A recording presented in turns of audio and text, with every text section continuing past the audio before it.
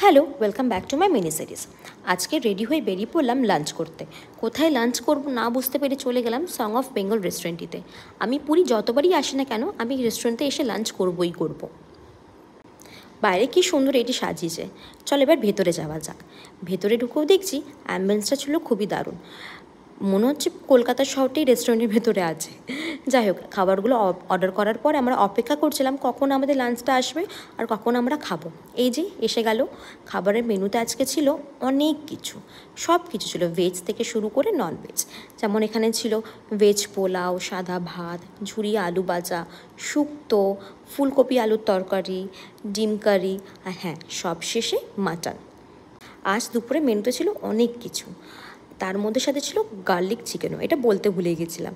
যাই হোক, আমার বাঙালি খাবার খেতে খুব ভালো লাগে, এর জন্য আমি সাদা ভাত আগে আমার শুক্তো নিয়ে আমি খেতে শুরু করলাম। আমার এই ভেজ পোলাও টোলাও একদম ভালো লাগে না। যাই হোক, আমি আমার খাবারটা শেষে আমি কখন অপেক্ষা করছি আমি মাটনটা কখন খাবো, এই আমার পাতে নিয়ে নিলাম।